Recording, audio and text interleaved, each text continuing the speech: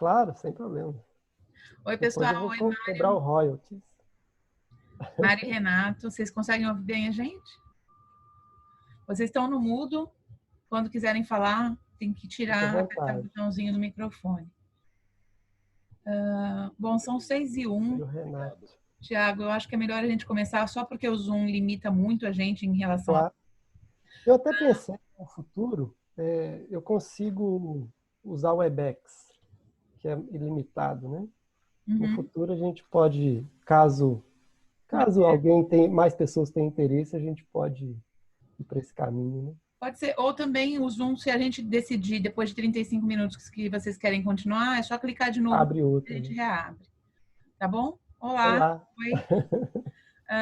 Vamos começar, gente. Eu queria apresentar para vocês o Tiago. Tiago é membro do grupo e se voluntariou para conversar um pouquinho com a gente sobre o IELTS. Você quer contar um pouquinho da sua história com o IELTS, Tiago? Claro, com certeza. Bom, mais uma, Sabrina. Bom, primeiro, sobre a minha pessoa, eu sou de Belo Horizonte, estou aqui. Eu vim para o Canadá em 2017. Olá, tudo bem? Você está no mudo, Oi, mas tudo bem?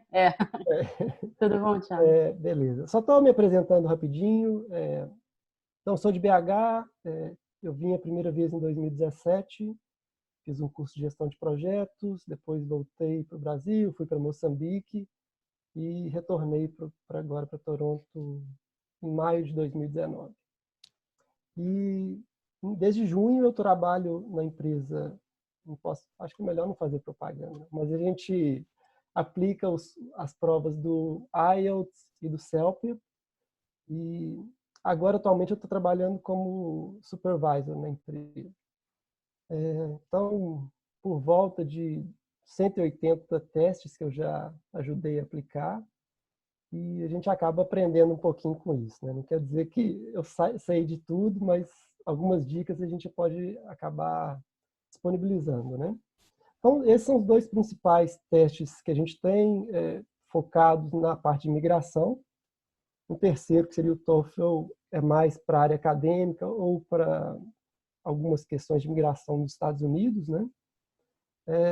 O que eu sempre falo que é importante é a gente tentar pensar qual que é o score que a gente realmente necessita. Antes de pensar em estudar, pensar em qual tipo de prova é melhor, o que você precisa. Então, para muitas pessoas, em relação à área acadêmica, a maioria é de 6,5 para cima, para o IELTS.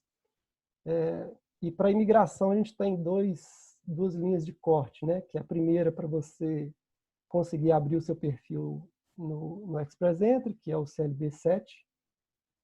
Equivalente no IELTS seria tudo 6, listening, reading, writing and speaking. E para conseguir aquele famoso CLB 9, que dá a pontuação máxima em relação à língua, seria o CLB 9. A gente tem 8 para o listening e o restante 7. Então, eu acho que é sempre importante você definir o que é que você precisa para, a partir daí, você conseguir definir o seu plano de estudos, né? Então, a gente tem o acadêmico, o general training, de novo, para a imigração. Não sei se vocês querem falar, vocês preferem que eu fale mais de um tipo ou de outro? Ou vamos dar uma geral e depois vocês têm alguma pergunta? Fiquem à vontade para falar. Nosso caso é acadêmico. Acadêmico, tá? Sabrina. No meu caso aqui é o General, mas eu tô focando no CLB 9. Uhum. Que eu consegui uma vez, eu consegui em 2017, mas aí ele venceu em 2019. E aí eu tentei novamente agora em novembro e aí faltou meio ponto no writing. E aí eu tô me preparando para conseguir fazer assim que voltar, né? Assim que voltarem as provas. Então, a gente ainda não tem uma data específica de quando a gente uhum. vai retornar, mas a gente já fomos solicitados a nossa disponibilidade para o final de abril. Então, caso as coisas melhorem, eu acho que existe uma boa possibilidade, né? Que bom. Não sei se o Renato quer comentar sobre qual que é o foco dele em relação ao IELTS. Para mim, olá, boa noite. Boas. Para mim também o General. Tá. Bem para migração. Então, vou só falar um pouquinho, então, eu já mencionei as 4 etapas da prova, tem o listening, reading, writing e speaking. A gente tem o computer delivery, que é feito tudo no computador, com exceção do speaking, e o paper-based, que você faz tudo à mão. Não sei se vocês têm uma ideia de percentual em relação a computer e paper-based. Eu fiquei surpreso com esse percentual, mas até hoje, 75% das provas do IELTS são feitas no papel. Eu imaginava que esse percentual, a tendência seria reduzir, mas nos últimos 2 anos ela continua alta, bem próximo de 75%. Você comentou, Sabrina, da sua nota do writing. A média do writing é 6,5. Então, muita gente, por diversas razões, acaba tirando essa nota, né? Uma nota. Eu ajudo às vezes a transferir as notas para o resultado final do candidato, então eu raramente vejo nota mais alta que isso. Eu estou na luta aí, vamos ver. Tem algumas dicas que a gente pode Tem uma estruturazinha, né? Que se você seguir, aumenta a chance. Não é certo, mas aumenta a chance. A última que eu fiz foi computer-based, inclusive. Uhum. Era uma vantagem do CELP, né? Que aí agora o IELTS também entrou e o IELTS, assim, na minha opinião, por ser um pouco mais reliable, vamos dizer assim. O computer-based aí agora igualou, né? Eu achei, enfim, bem interessante, que a gente está muito mais acostumado a digitar do que a escrever, né? Então assim, a principal diferença do computer para o paper é basicamente se você consegue digitar mais rápido do que escrever. A maioria das pessoas, eu acredito que esteja nessa condição, né? Apesar de eu ainda ficar digitando só com 2 dedos, mas mesmo assim eu acho que eu consigo digitar mais rápido que escrever. Então tem teste, né? Eu brinco que a prova do IELTS não é tanto inglês, assim, claro que você precisa saber inglês, mas tem outras diversas capacidades que você precisa desenvolver. Então tem time management, tem o speeding type, cada coisa vai te ajudar ou te dificultar a tirar a nota que você precisa, né? Rapidinho, então, sobre os tempos de cada etapa, o speaking é de 11 a 14 minutos, o listening é aproximadamente 30 minutos, ele varia um pouco, mas por volta de 30, e as outras 2, 60 minutos. Algumas dicas que eu percebo que o pessoal acaba cometendo por falta de conhecimento, por exemplo, você está escrevendo writing e está acabando seu tempo, está lá 1 minuto no tempo lá no computer delivery, só que você não sabe se são 59 segundos ou se está faltando 1 segundo para terminar. Então o pessoal não sabe se faz sentido. Achei um erro, vou mudar. O que eu faço? Deixo de mudar ou não? Normalmente é só você colocar o mouse em cima do tempo, que ele vai te mostrar os minutos e os segundos. E muita gente não sabe disso, né? Infelizmente. E a gente não pode falar, então, antes da prova, a gente fica triste que a gente vê muita gente tentando corrigir, mas o tempo acaba, ele erra, né, com isso. Uma coisa que muita gente usa com o computador é Ctrl+C, Ctrl+V, eu acho que ajuda muito. Eu quero reorganizar o meu texto. Isso é uma facilidade que você não tem no paper-based, né? Mais alguma coisa que vocês perceberam das vezes que vocês fizeram anteriormente? O computer, eu fiz papel ainda, e o computer based chegou aqui depois que eu já tinha feito em papel, e eu fiquei feliz pelas outras pessoas que viriam depois de mim, sabe? Porque eu falei, gente, dói a mão escrever tudo aquilo, porque a gente não está mais acostumado. E eu lembro de fazer o CELP, eu não gostei, pessoalmente não gostei do CELP, mas ele colocava aquela cobrinha vermelhinha embaixo das palavras erradas. O IELTS faz isso também? Não. Quase. Esse é um ponto negativo em relação ao CELP, que o IELTS não tem essa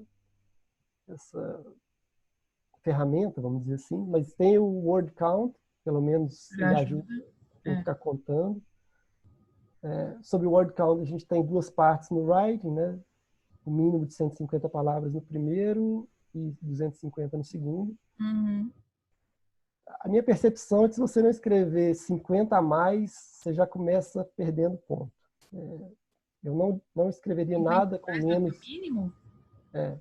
Eu colocaria pelo menos 200 e 300. É uma coisa que normalmente as pessoas não tiram nota boa quando elas escrevem muito próximo do mínimo. Complicado. Também, a parte 1 é a que menos vale ponto, né?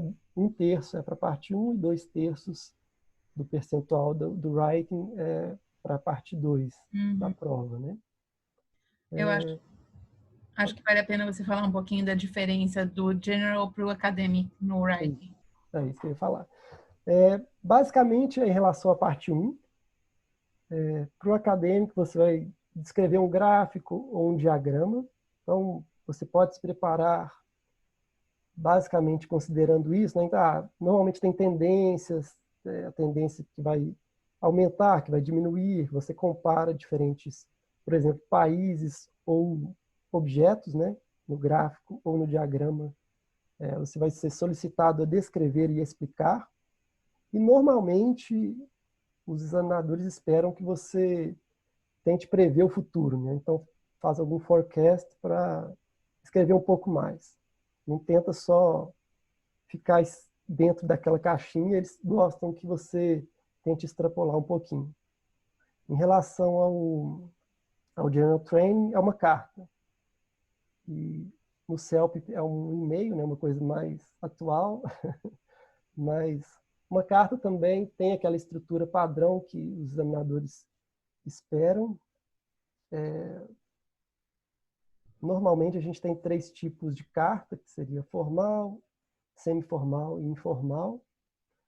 E o IELTS te dá uma dica logo de cara quando você vai começar a carta, ele já te explica. Comece com, se for Dear, 3 pontinhos, isso é uma carta informal. Dear Sir or Madam é uma carta formal.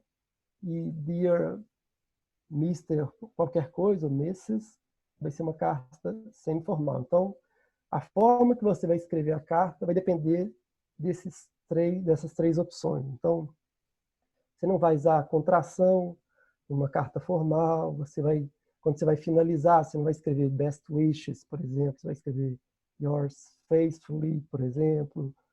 Tem dicas que vocês devem considerar para cada tipo de carta e para cada tipo de opção que você vai escrever.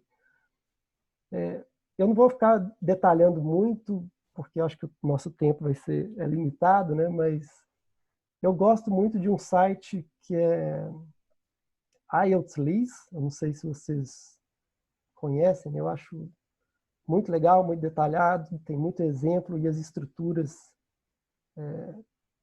que os candidatos deveriam seguir, né? E normalmente bate muito com o que eu sou meio curioso, eu fico lendo o que os candidatos estão escrevendo, e aí, como eu ajudo a entrar com as... obrigado, Sabrina. Obrigado, Estela. Ela mandou o link aí. Normalmente bate muito. Então, algumas ferramentas que eu acho que podem ajudar, por exemplo, para o speaking, eu não sei se vocês têm alguma dica diferente, mas o que eu percebo para o speaking e para o writing falta o feedback, né? Então, você pode estudar o tanto que você acha que é suficiente, mas se você não tiver um feedback de alguém profissional, né, que conheça o teste, você vai ficar estudando e pode estar estudando para o caminho errado. Esse eu acho que é a maior dificuldade para estudar o IELTS. Para o listening e para o reading, você consegue estudar sozinho, tem as respostas, você compara e fica mais fácil de você perceber se você está indo para o caminho certo ou não. O que eu acho que é válido fazer, por exemplo, o listening. Tem no YouTube diversos canais, né? Deixa eu copiar um link aqui também de um exemplo. Então, todo dia eles colocam uma prova diferente. Você pode fazer a prova e avaliar. Normalmente, depois que você faz vamos falar, 7 vezes consistentemente tirando uma nota acima do que você precisa, eu acho que você já tá bom para o listening. A mesma coisa para o reading. A Estela já compartilhou links no Google Drive, que tem um material gigante sobre Cambridge, né, Estela? Eu não ia falar nessa call, porque eu falei, nossa, ele trabalha no IELTS, não posso falar do de matérias piratas. Você está gravando aí, você só me manda para eles, hein? Tem um Google Drive, assim, de alguém que criou na nuvem, cheio de livros do IELTS. Depois eu passo o link. Mas eu acho que é muito válido. Eu prefiro dar dica de coisas que são gratuitas, né? Que, claro que é importante ter um feedback de alguém profissional, mas enquanto a gente puder fazer sem pagar, é válido, né? Deixa eu só pôr um ponto aqui, que eu, nesse ponto da ajuda profissional, para mim, valeu muito a pena. Eu estava aqui nem a Sabrina, tirando 6,5 no writing, e o resto eu estava conseguindo as notas. E para mim, valeu muito a pena ter feito aula só de writing com uma professora. A minha era australiana, ela me dava aula pelo iTalk. E ela tem, e isso vocês acham online, tá? Eu tô falando que ela usava. Ela tem um PDF que é do IELTS, falando como é que cada nota é avaliada. Então, se você tirou 6,5, você está acertando esses pontos e você está errando esses pontos. E isso me dava muito feedback do que eu tinha que melhorar, sabe? Tipo, olha, você não está usando as palavras de ligação, ou então você não está pulando linha nos parágrafos, coisas assim que estavam me fazendo perder ponto. E aí ela foi me dando esses feedbacks de acordo com a grade do IELTS e eu consegui o meu 7. Passei ali no limite, né? 7, mas consegui o meu 7. Isso aí. Uma outra ferramenta que eu acho muito legal e que não toma tempo, bom, toma pouquinho tempo, mas se você faz diariamente, eu acho muito interessante. É um aplicativo de celular que chama Elevate. Deixa eu copiar aqui no chat também. Depois vocês vão testar. Eu acho muito legal. Ele ajuda em diversas áreas de conhecimento. Então, tem até matemática para quem quiser treinar, mas tirando isso, tem a parte do writing, do reading e do speaking. Só que o speaking não é, a não ser que você pague, ele não vai gravar e te dar uma resposta, um feedback, não. É mais como você, impromptu, né, de bate-pronto, como você responde uma pergunta que aparece, qual palavra você utilizaria, um sinônimo. Eu acho muito legal e eu continuo treinando todo dia, porque eu acho que, de novo, time management é uma coisa que para essa prova a gente precisa, né? Então, o que eu faria para treinar, por exemplo, o reading? Você está fazendo com 60 minutos, ok. Tenta reduzir, o seu prazo agora não é mais 60, agora é 55. Tenta escrever os seus textos com um tempo menor, que na hora da prova você vai ter um tempo a mais para fazer uma revisão. A mesma coisa para o reading, né? Deixa eu ver o que mais. Criar um banco de ideias, eu acho que isso é muito importante também. A primeira vez que eu fiz a prova do IELTS, a pergunta no speaking foi sobre artes, que é uma coisa que eu... Nossa, quase que eu falei, ô, examinador, por favor, outro tema, porque eu não conseguia tirar nenhuma ideia, né? Então, coisas como sociedade, tecnologia, cultura, transportes, educação, saúde são temas que sempre caem e é importante que você tenha pelo menos um vocabulário mínimo para você conseguir conversar, né? Então, eu passei aperto da primeira vez que eu fiz, em 2017, foi o acadêmico, mas mesmo assim, felizmente, eu consegui a nota que eu precisava. Posso adicionar só uma coisa? Claro, por Mudou favor. muito a minha vida depois que alguém me deu esse toque. A gente pode inventar coisas na prova, tá, gente? Não precisa ser nada verídico ali. Então, por exemplo, eles me pediram, conta a história sobre um dia que você passou com uma criança. Para qualquer pai de família, mãe de família, isso teria sido maravilhoso. Eu não tenho filhos, eu não tenho contato com crianças. Eu tive que inventar uma história absurda, tipo, e tudo bem, inventem, tá? A primeira vez que caiu uma pergunta que eu não sabia responder, se caísse uma pergunta sobre arte, não sei responder nada, inventa. Nossa, porque eu fui no museu e eu vi esse cara que eu adoro. Tanto faz, sabe? Então, não se prendam à realidade, a gente tem total autonomia para inventar qualquer coisa, eles só estão testando o que a gente sabe falar. E no writing, uma coisa que me ajudou muito, porque eu sou muito sucinta, Então, eu não conseguia completar o tamanho do writing. Aí me falaram, Estela, inventa dados. Então, eu falava, de acordo com o jornal XPTO, de não sei quando, de junho de 2000. Artigo da universidade tal. Inventa, vai colocando palavras ali, fala, de acordo com a pesquisa dos pesquisadores da universidade de não sei aonde. Isso me ajudou muito, porque aí eu consegui inventar o que eu precisava para me dar base para escrever o que eu pensava, sabe? Então, fica a dica, se alguém quiser, inventem coisas. É. E só uma outra coisa para o speaking, que é um cuidado que eu já conversei com... Normalmente eu sou para frente, não pode não, mas eu fico conversando com os examinadores. Eles normalmente percebem se você está trazendo alguma coisa que você decorou. Então, para o speaking principalmente, para os outros é mais difícil, mas se você começa a falar uma coisa que não tem alguma coisa a ver, mas você começa a ir para um caminho que ó, esse cara está mudando o assunto. É como se ele sabe que você decorou essas frases, essas sentenças, e ele vai te deduzir muitos pontos por isso. Então, tenta fazer uma conversa amigável, né? Não é claro que é uma questão, uma situação tensa, né? Estressante, mas a ideia é que seja uma conversa com um amigo, com um colega, com um conhecido. Não tem que ser nada formal. Não sei se vocês têm alguma consideração em relação ao que a gente comentou por enquanto. Eu só queria acrescentar, na verdade, concordando com vocês dois, Estela e Thiago, assim, eu também fiz uma preparação para fazer o IELTS em 2017. Não foi meu primeiro, eu fiz o acadêmico, eu fiz o college aqui, então já devo ter feito uns 6 IELTS na minha vida. E CELPIP umas 2 vezes também. Mas a dica que me deram é para você encarar uma persona, sabe? Para você encarar um personagem na hora que você entra ali Se você é tímido, você tem que esquecer essa timidez, porque isso vai travar na medida que você não vai conseguir ter uma conversa mais natural com a pessoa, como é o esperado, né? E essa parte do writing também, né? Aqui o mindset é você escrever sentenças curtas, né? Frases curtas, você falar o que você quer e depois você explicar se a pessoa quiser o desdobramento. E no writing do IELTS eles querem exatamente o contrário, eles querem que você bote o argumento, você bote o because, depois bote a consequência, tudo na mesma frase, fica um parágrafo gigante.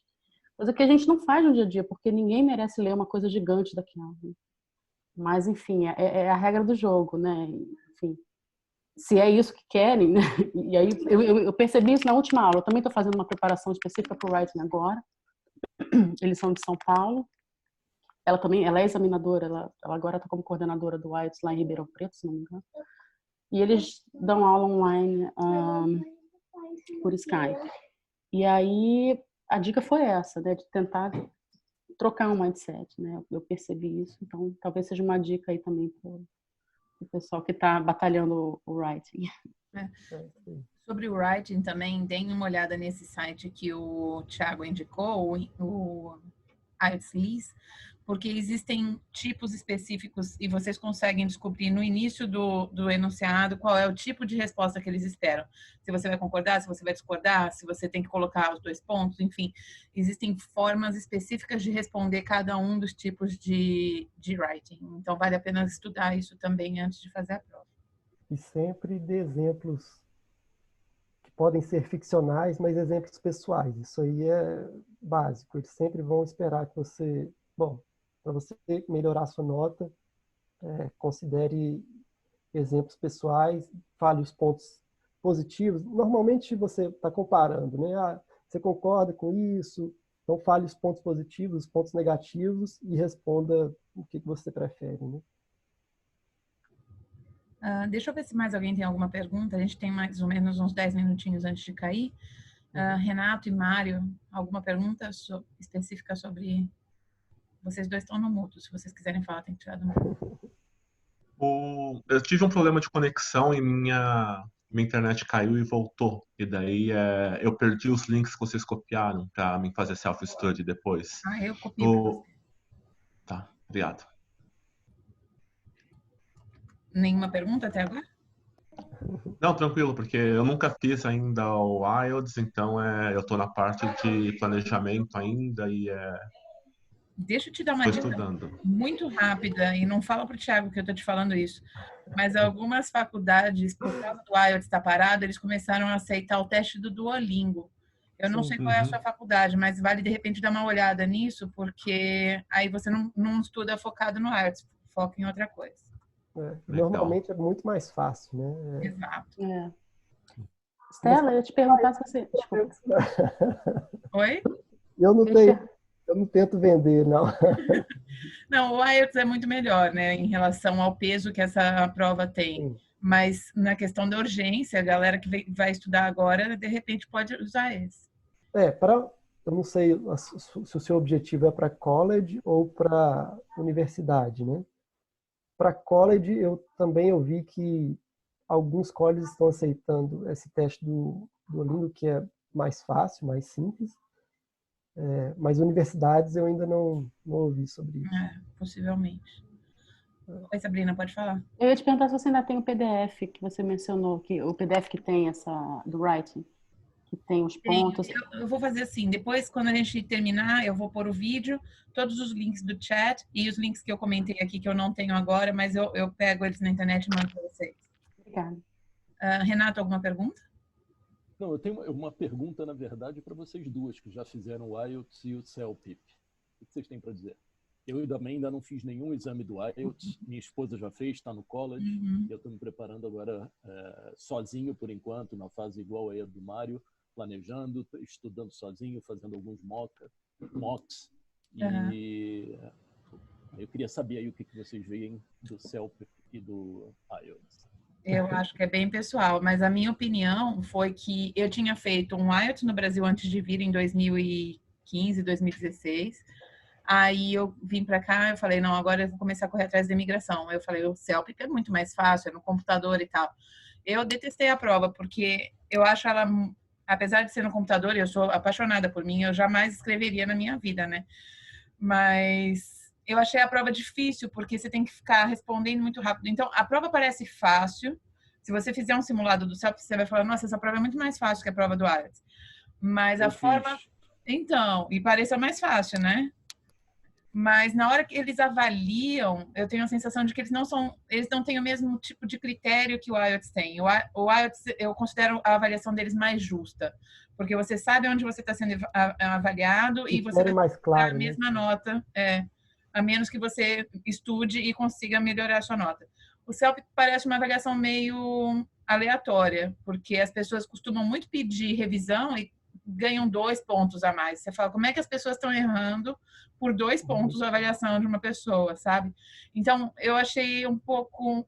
Esse critério deles de não avaliar todo mundo da mesma forma me incomodou. Aí eu fui pro IELTS.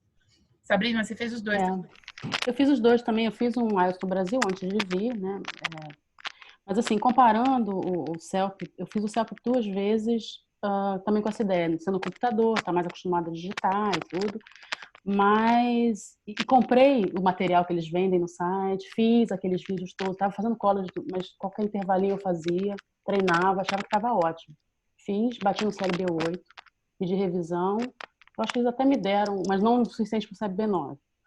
A segunda vez, a mesma coisa, bati no 8. E aí eu mudei para o IELTS, porque, na minha opinião, o IELTS ele é muito mais transparente, ele tem os critérios muito mais... Ele é uma instituição, Cambridge, né, enfim, é mundial, é uma prova aplicada mundialmente, é uma prova global, é uma prova que não tem surpresa, entendeu? O listening é tudo na ordem, você vai ver as perguntas na ordem em que tudo é falado. Então, assim, não tem muita surpresa. O CELPIP tem um pouco de subjetivismo, eu acho, entendeu? Então, assim, eu estudando para o IELTS, comparando assim com o vestibular, sabe? Tem macete, tem esquema, você não vai memorizar, como eu tinha falado, não vai decorar a frase para você chegar lá e aparecer um robô fazendo, que é óbvio que a pessoa vai perceber. Mas você tem como se preparar e se sentir mais seguro para ir fazer a prova. Você não vai ser surpreendido. Entendeu? É uma prova que ela é igual todas as vezes. E o CELPIP, não. Eles sabem que você quer o CLB9, então é muito difícil você ter CLB9, só vou dizer isso, vou deixar isso assim, tá? É muito difícil você ter CLB9 no CELPIP. Não é impossível, tem gente que consegue, mas eu pessoalmente não tenho esse dinheiro para ficar tentando, entendeu? Então, eu tenho um objetivo e eu quero atingir. e pronto, entendeu? Não vou ficar brigando com o sistema. Mas então aí eu passei a fazer o IELTS, sabe? Deixa eu dinheiro e tempo. falar um pouquinho É também. dinheiro e tempo. E eu respeito, assim, em todo contexto a gente já passa por tanta coisa aqui, sabe? Então, mas isso não, deixa, mesmo, vamos então pro, né? Eu vou comentar um pouquinho a minha percepção, mas antes eu esqueci de comentar. A média de vezes que as pessoas repetem o IELTS é 3 vezes. Isso não quer dizer que ela tira na terceira vez a nota, pode desistir também, né? O pior caso que eu já vi foram 46 vezes. Oh, então, você multiplica isso por $300, Mas, bom, o que eu vejo de diferença do CELP para o IELTS é principalmente em relação ao speaking. Primeiro, porque você conversa com o computador, né? No IELTS você conversa com uma pessoa. Então, alguns examinadores, eles te dão algum feedback. Claro que eles não vão falar nada, porque está gravando, mas eles podem facialmente te dar algum feedback como que você está indo, né? Então, para você continuar falando, eles normalmente mexem a cabeça positivamente, sorriem alguns, né? Eu conheço alguns que são mais sérios, mas isso é uma vantagem, eu considero. Em relação ao listening, eu acho que a principal diferença entre os dois. O listening do CELP é muito parecido com o do TOEFL. Você ouve primeiro e depois você vê a pergunta. Então, você tem que entender o contexto e depois você vai ver a pergunta e tomara que você tenha prestado atenção nessa parte. O IELTS, ele é mais... Bom, para algumas pessoas é mais fácil, mas ele te mostra primeiro as questões todas. Se você for rápido, você vai ter uma vantagem. E você vai tentar especificamente descobrir o que está vindo por aí. Eu estava até... A gente tem um tempinho, ou Estela, você acha melhor a gente fechar e abrir de novo? 3 minutos antes de cair, mas se vocês quiserem, se vocês tiverem disponibilidade, a gente pode reconectar por mais uns minutinhos depois. O que vocês acham? Vocês querem? Pode Talvez ser. a gente já Então, fecha e abre de novo. no mesmo link e aí a gente volta. O que você acha? A gente fechar e abrir de novo para a gente Vamos começar? fechar, então. Voltem aí, gente. Eu vou fechar aqui. Até.